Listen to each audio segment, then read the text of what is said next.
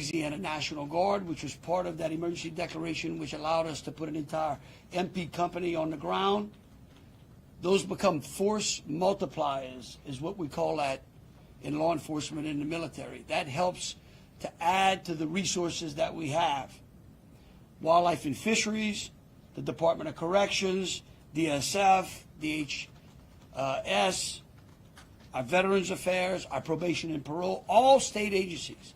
Any state agency who has a post-certified officers are here in this city to help secure the city. And so with that, I would like to turn it over to Christopher Rea, who is the Deputy Assistant Director of the FBI's Counter Terrorism Division. Chris? Thank you, Governor Landry.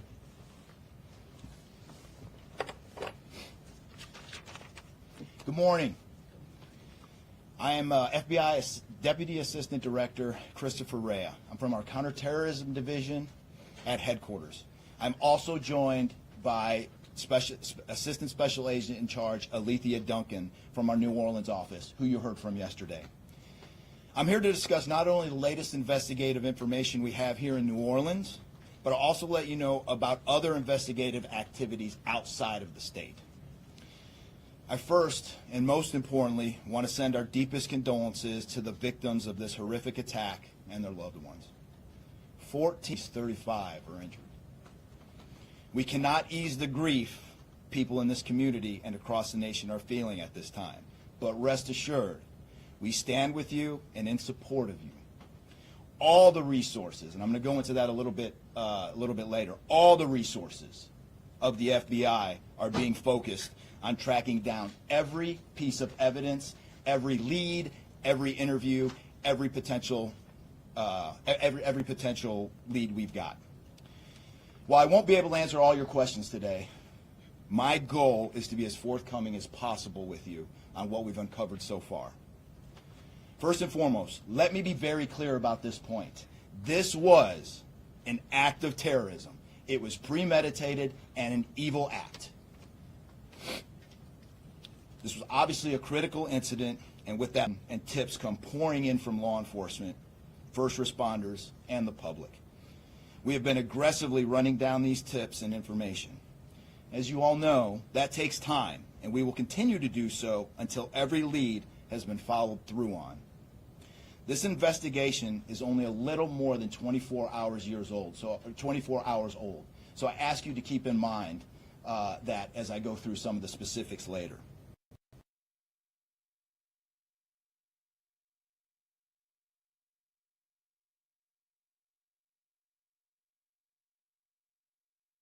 Involved in this attack, except for Shamsa Din Jabbar, the subject you've already been briefed on.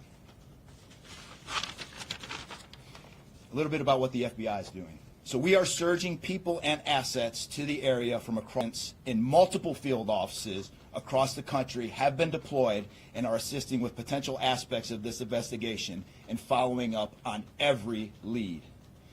Additional teams of special agents, professional staff, and victim specialists continue to arrive to provide more investigative power and assistance to the victims and their families.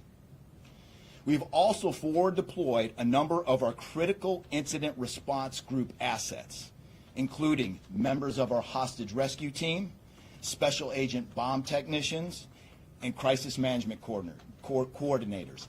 In addition, we have deployed more evidence response technicians to continue to process the various scenes that we have. So far, we have 100 tips from the public, and that information is being followed up on both here in New Orleans and across the country. Some of the tips are here in New Orleans, and there are other tips in other states across the country that we are following up on. The FBI team and our law enforcement and other. As for a timeline, at this point, investigators believe Jabbar picked up the rented F-150 in Houston, Texas on December 30th. He then drove from Houston to New Orleans on the evening of the 31st, and he posted several videos to an online platform proclaiming his support for ISIS. There were 5 videos posted on Jabbar's Facebook account, which are time-stamped beginning at 1:29 a.m. and the last at 3:02 a.m. In the first video, Jabbar explains he originally planned to harm his family and friends, but was concerned the news headlines would not focus on the, quote, war between the believers and the disbelievers, quote. Additionally, he stated he had joined ISIS before this summer. He also provided a will and testament.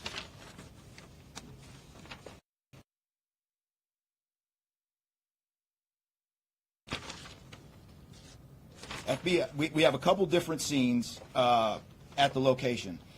We have released the scene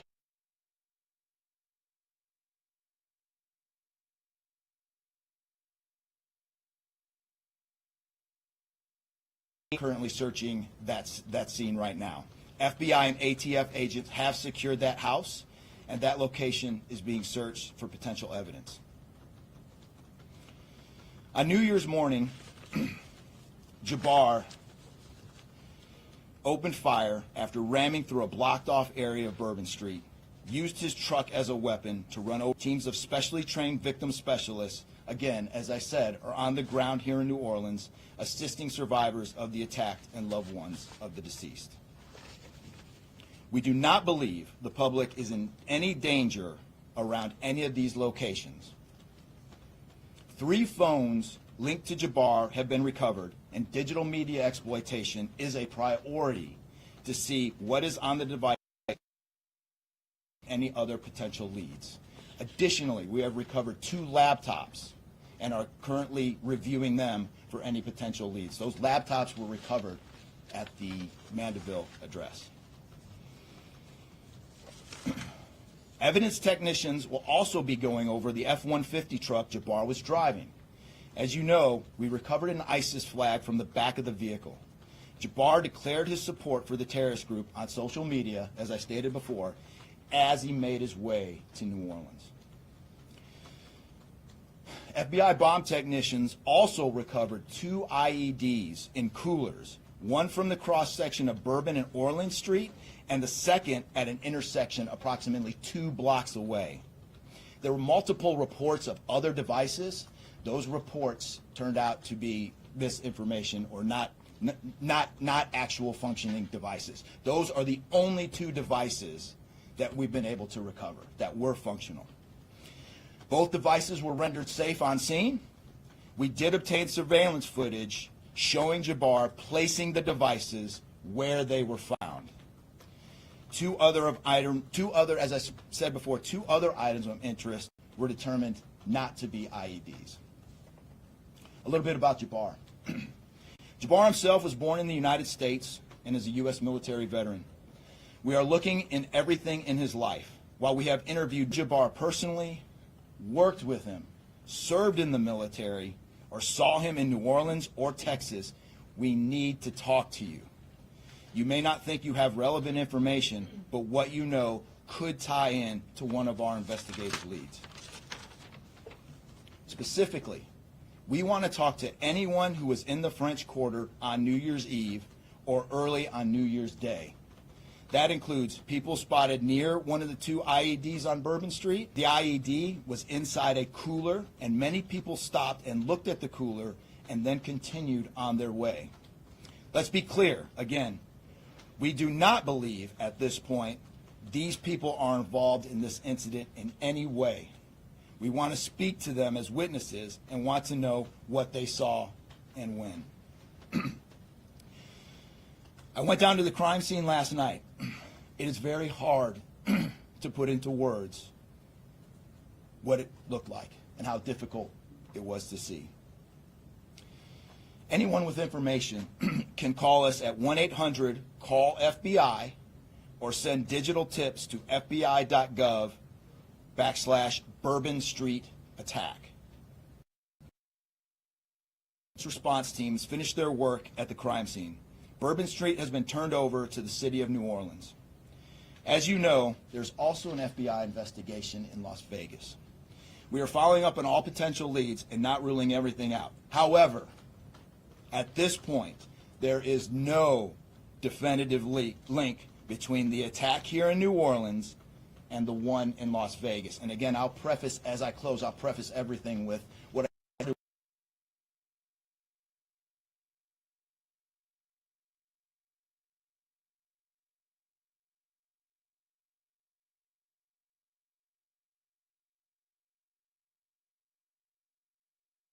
also, although I've only been on the ground here a short time, I also want to express a sincere appreciation for our partners here, which include the U.S. Attorney's Office, HSI, ATF, the New Orleans PD, the Louisiana State Police, the Governor's Office, and countless others. At this point, I'm going to turn it over to the Special Agent in charge of ATF here, Josh Jackson.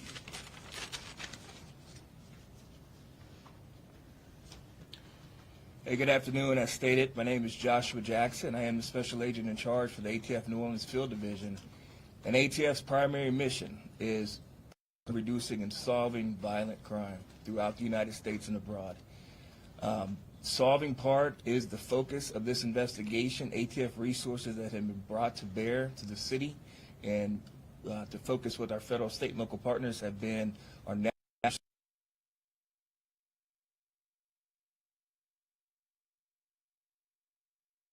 certified fire investigators, certified explosive specialists, fire engineers, electrical engineers. These folks will get additional investigative leads to help the investigative team identify what happened at the location in Mandeville and identify how that fire started and move the investigation forward from there. Additional resources that ATF has brought to bear into the city.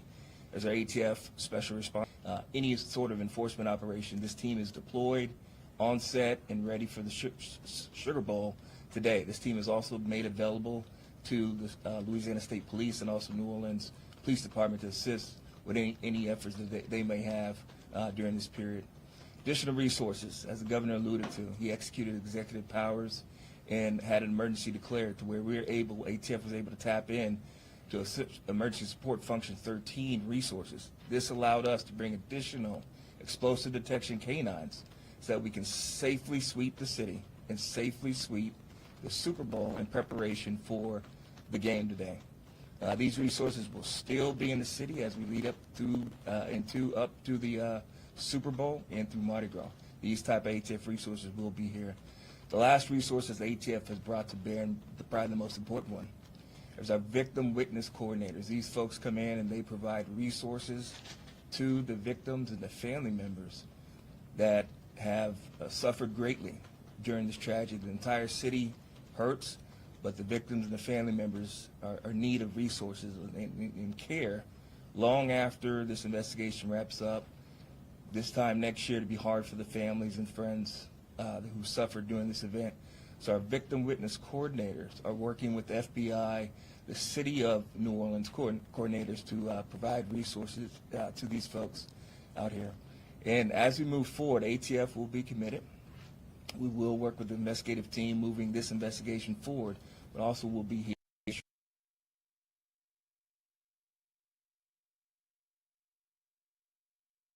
Our mayor of this great city, New Orleans. Madam Mayor.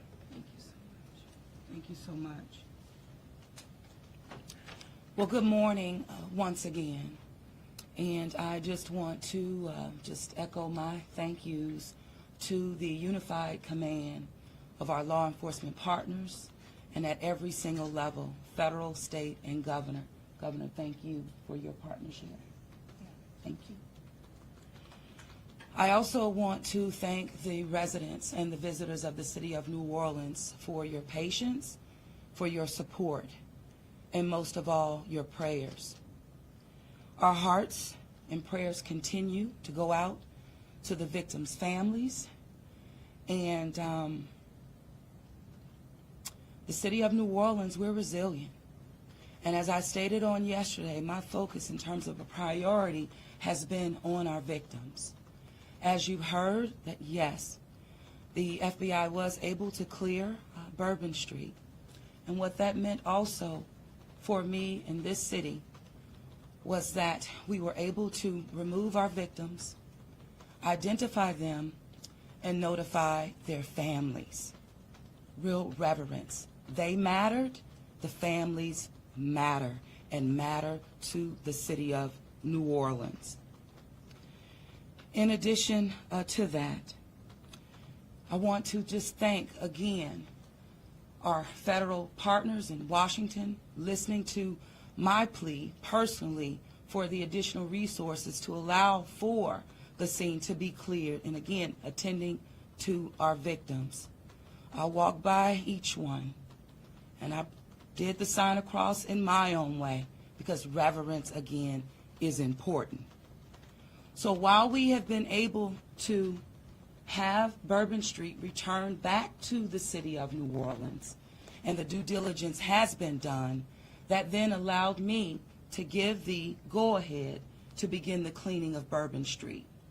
That started happening in the morning about 2 a.m.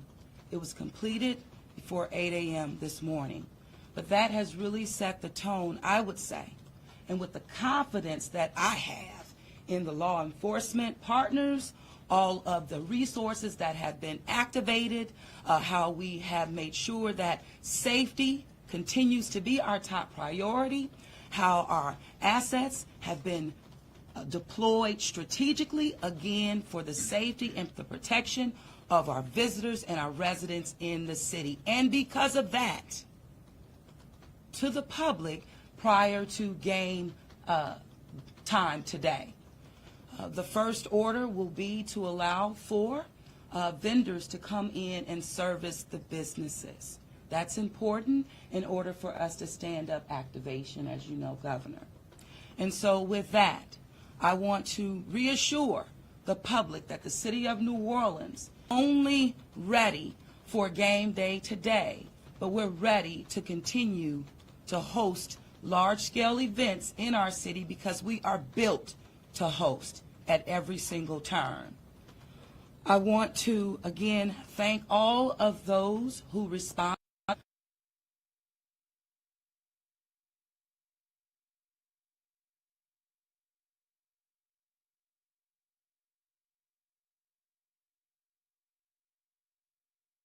As leadership, we will continue to operate and cooperate as we always have.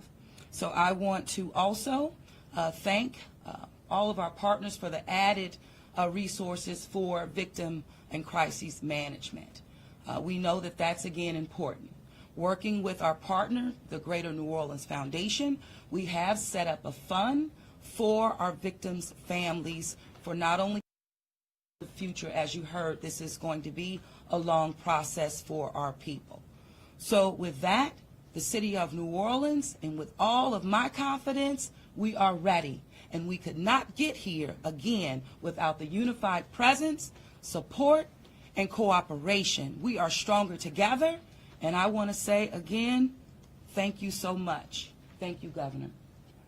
That Bourbon Street will be prepared for full activation before game time today. We know 3 p.m., so we're working towards 2:30 p.m. But prior to game time, the kickoff, Bourbon Street will be restored. So we're hard at work now. Our teams are now, and of course, working with our business community to serve our public and serve our residents and our visitors alike.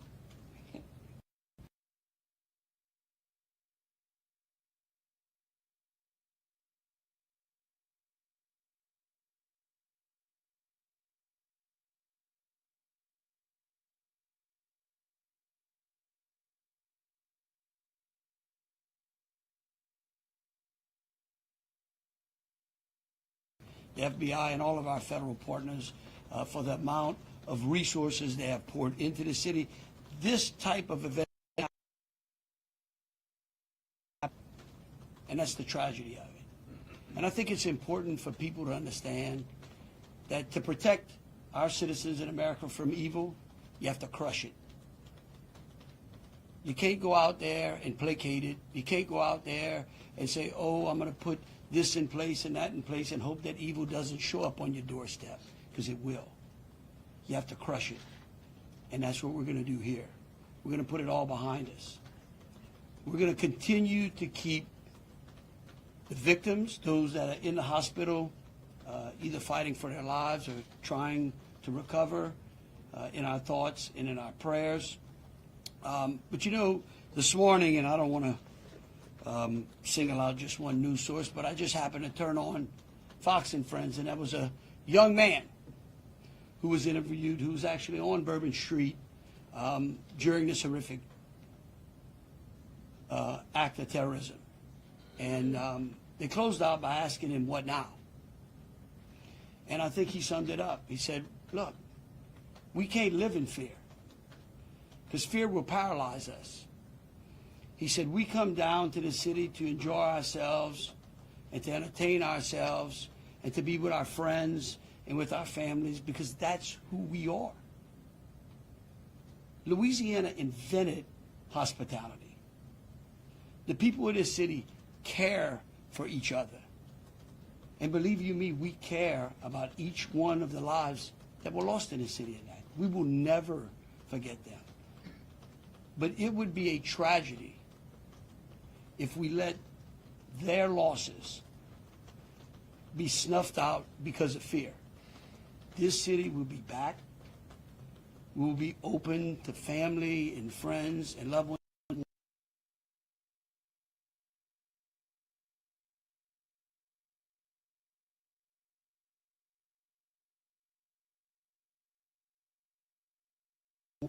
Those, again, who have lost loved ones in mind, and we're going to get on to the business of this city and this great country. With that, I'll take any questions. Governor, this is for you and the Assistant Director. The message has really changed since yesterday.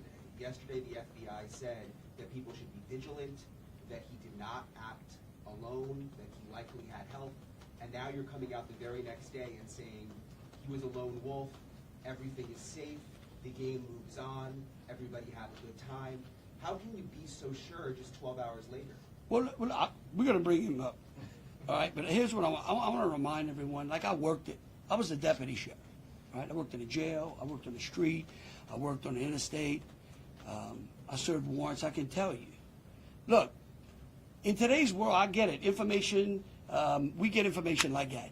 Everybody lives in a 15-second TikTok video.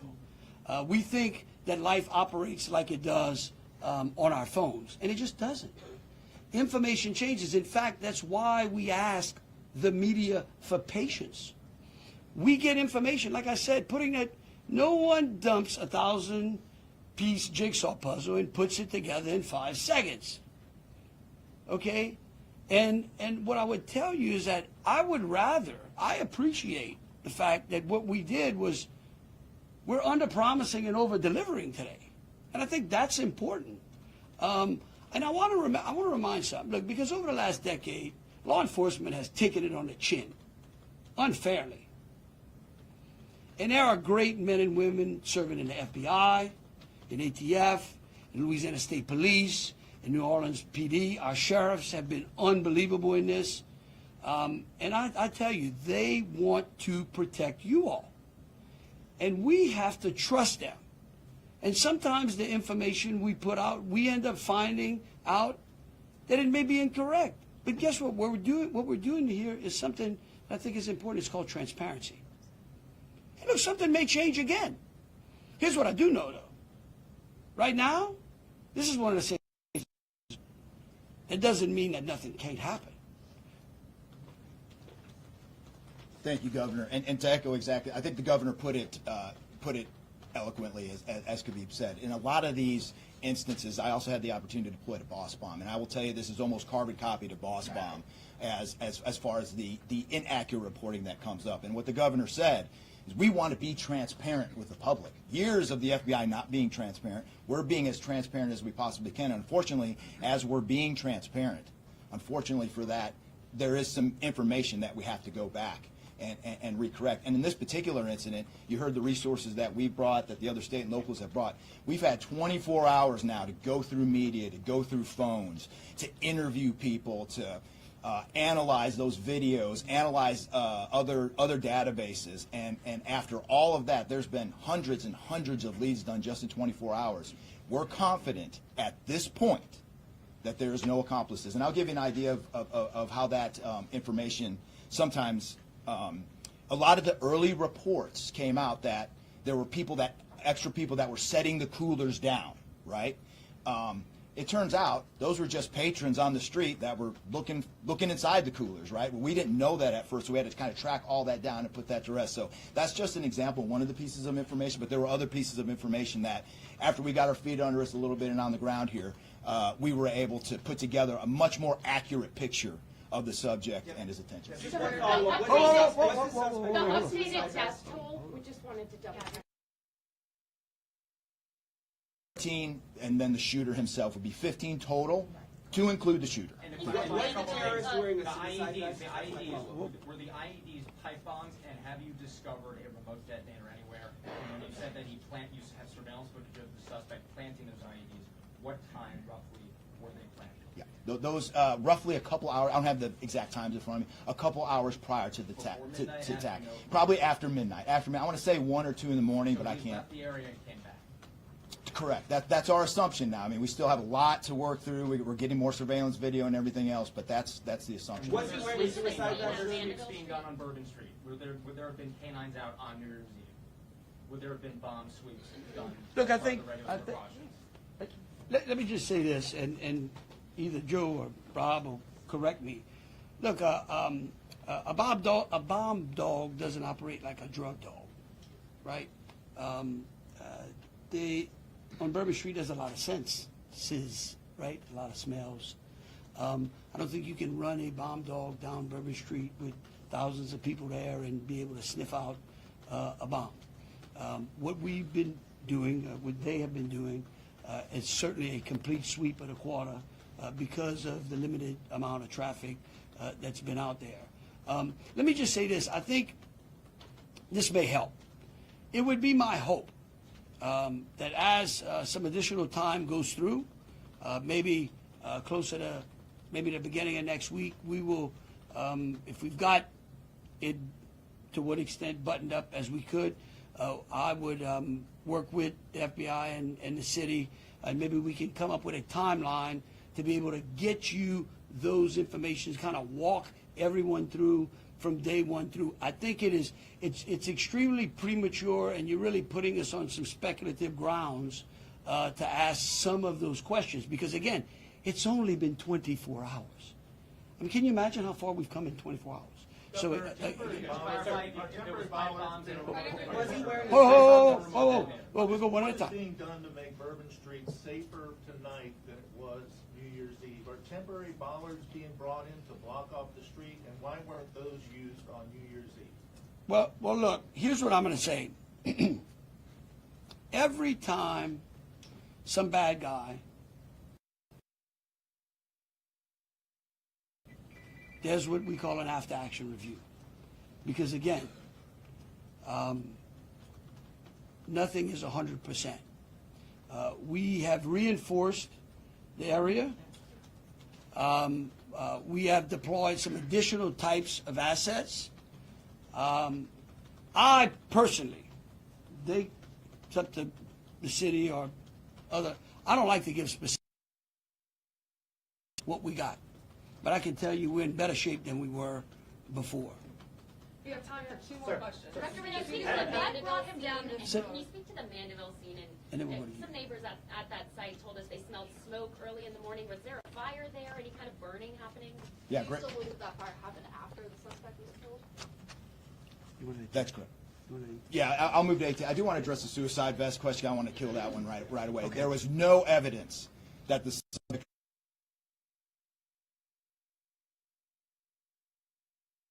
Yeah, as to the fire at the Mandeville scene, so our working theory now is that the fire started after Jabbar was already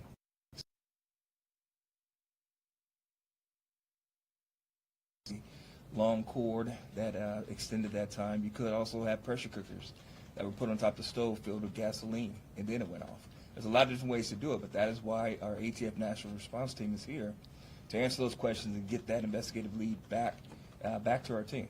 So more to come on that. We're still processing that scene. We're out there right now. Are you able to What assess what made type so of how he became radicalized over all of this time? What brought him to Bourbon Street? Do we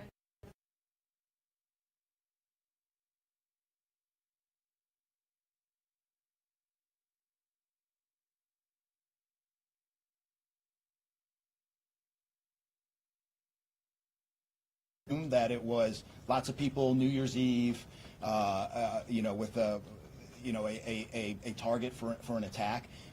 That's the stuff in the coming days as far as that path to radicalization that we're really going to be digging into and making a priority of. So what I can tell you right now is that he was 100% inspired by ISIS, and so we're digging through more of the social media, more interviews, working with some of our other partners to ascertain just how to ascertain a little bit more about that connection. Oh, we're gonna do one more. Kate. Right there. You've had your hand up for a while. Yeah. Sir. Thank you, I appreciate it. Yeah.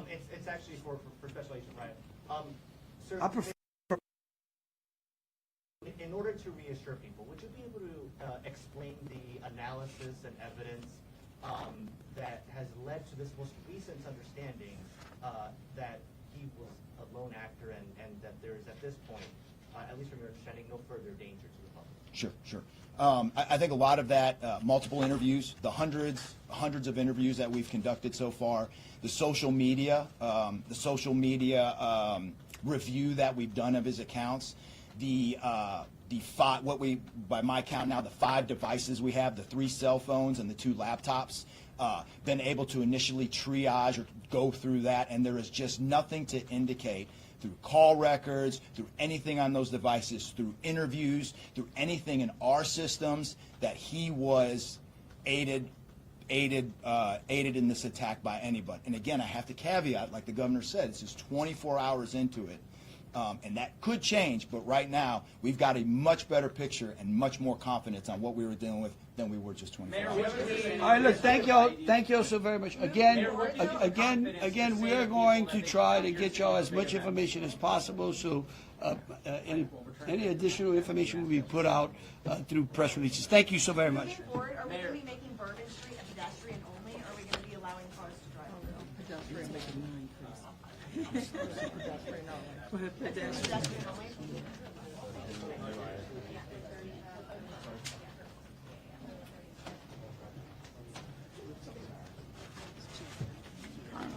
No, you good? No, I'm good. Yeah. Take it along. No. I'm giving them to the hand.